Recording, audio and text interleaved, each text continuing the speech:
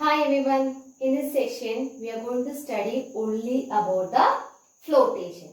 Okay, what is flotation? Last session we studied the principle of flotation, right? There we study about the upthrust. What is upthrust? It is represented by the letter Fp or buoyant force. Okay, so we studied, as in the case of principle of flotation, we studied 2 points. Okay, it's related with the weight of the object and the upthrust. But here, as in the case of flotation or the flotation, the law of flotation. Okay, first we are going to dealing with the law of flotation.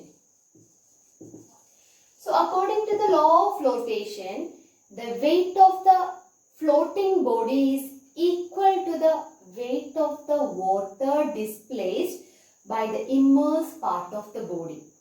Or else we can tell that the weight of the floating body is equal to the upthrust.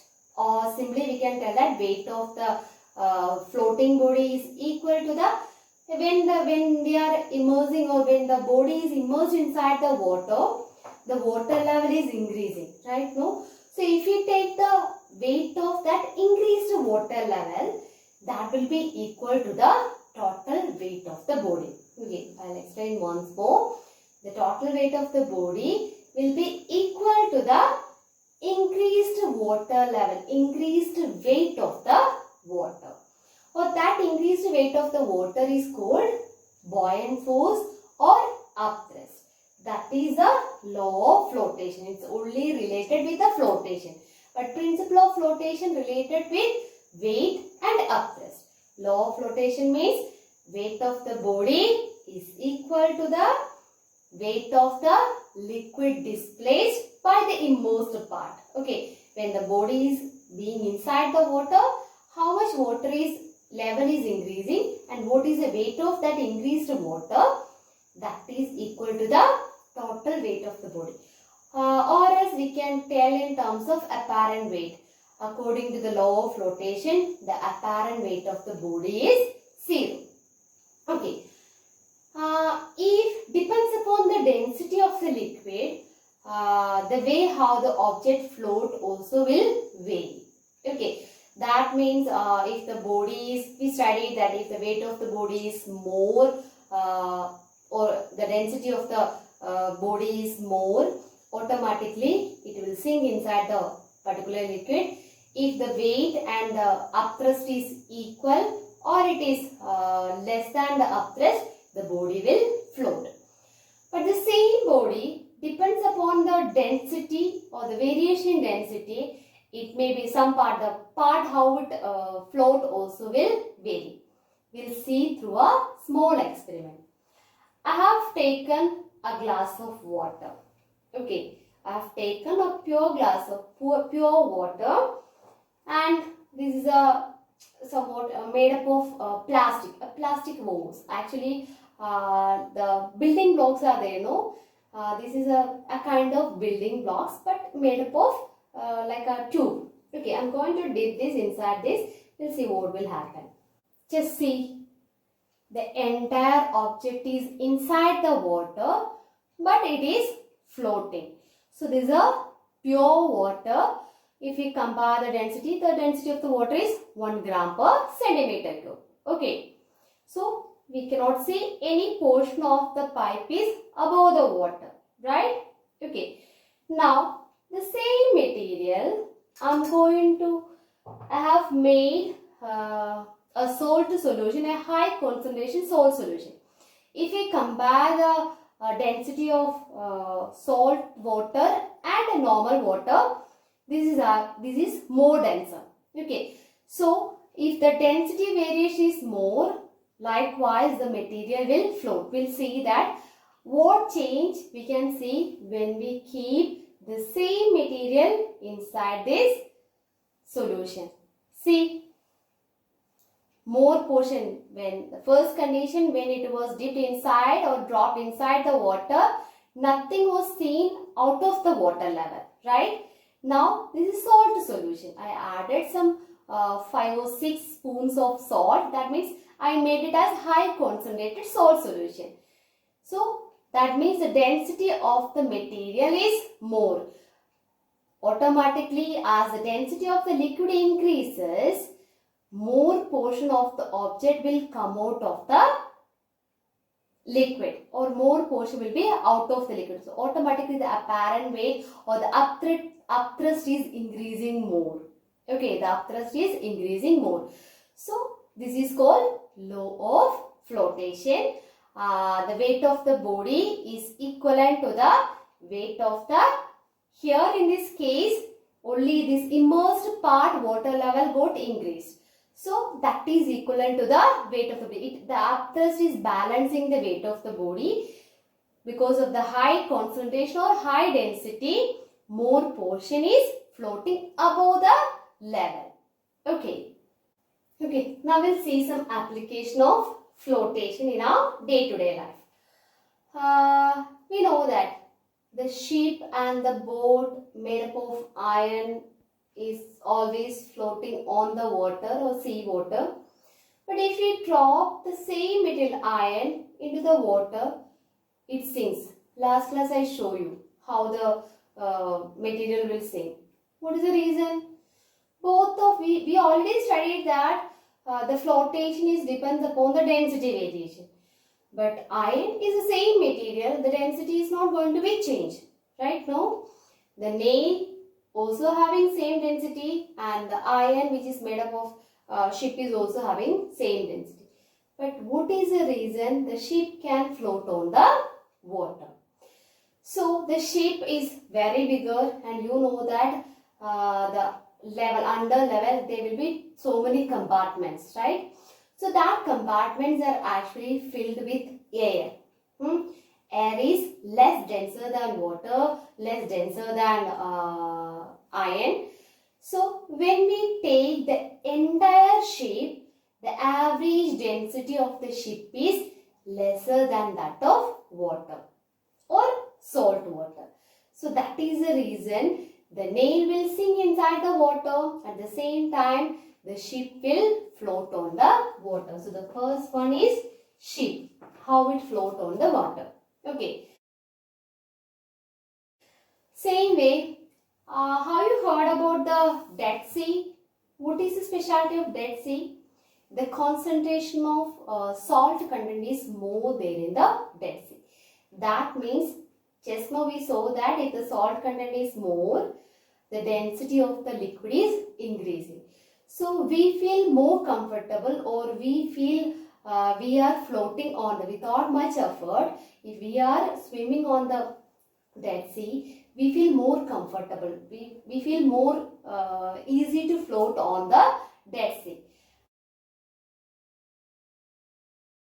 Normal sea and fresh water, if we compare, on the sea we are easily able to float it. The reason is that the density of the sea water and even the Dead Sea is very higher comparing with the normal water. So most of our body part will be floating above the water. I showed you how it is. Then how we are able to swim? Is it any reason is there? Normally if you see our body weight for a common people like you people, minimum 35 to 40 kilogram will be there. If you are very small also, your weight will be from 35 to 40 kilogram. If you are going inside the water, you can swim it. You are able to swim it. You are floating. Why? What is the reason? Because we have a special organ called lungs. There what we use to hold air.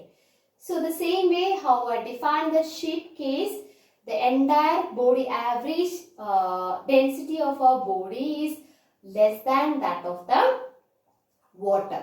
Okay, whether it is sea water or normal fresh water, the average density of our body is less comparing with the water.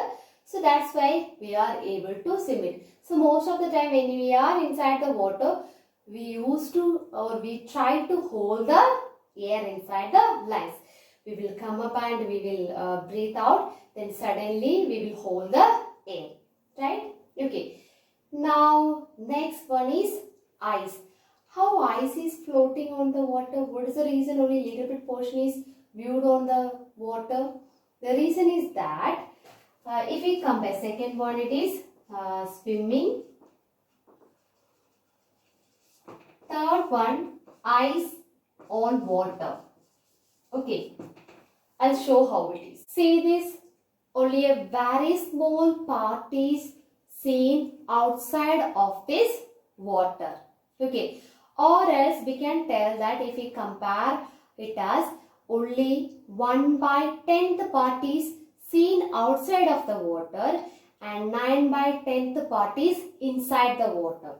The reason is that if we see the density of ice and water, for ice the density is 0.9 gram per centimeter cube and for ice it is 1 gram per centimeter cube. So only 0.1 gram per centimeter cube changes it. That's why 9/10th part is inside the water and outside only 1/10th part. Okay, so this slight variation on the density will make the ice floats, but only little bit portion is outside the water.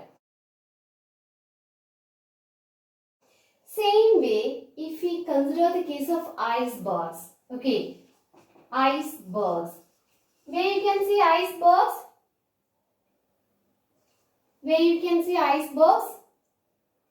in the sea.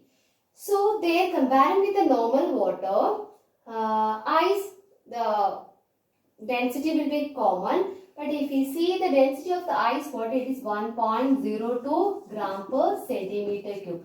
So comparing with the normal water, little bit portion will be outside, but nearly 98% portion will be inside the water. That's why the Titanic met with an accident. No, that's because of an iceberg. They couldn't identify the size of the iceberg or the size of the iceberg which is inside the water.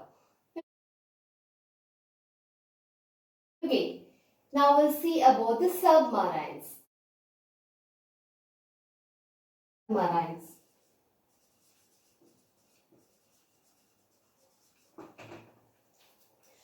Okay, what is submarines?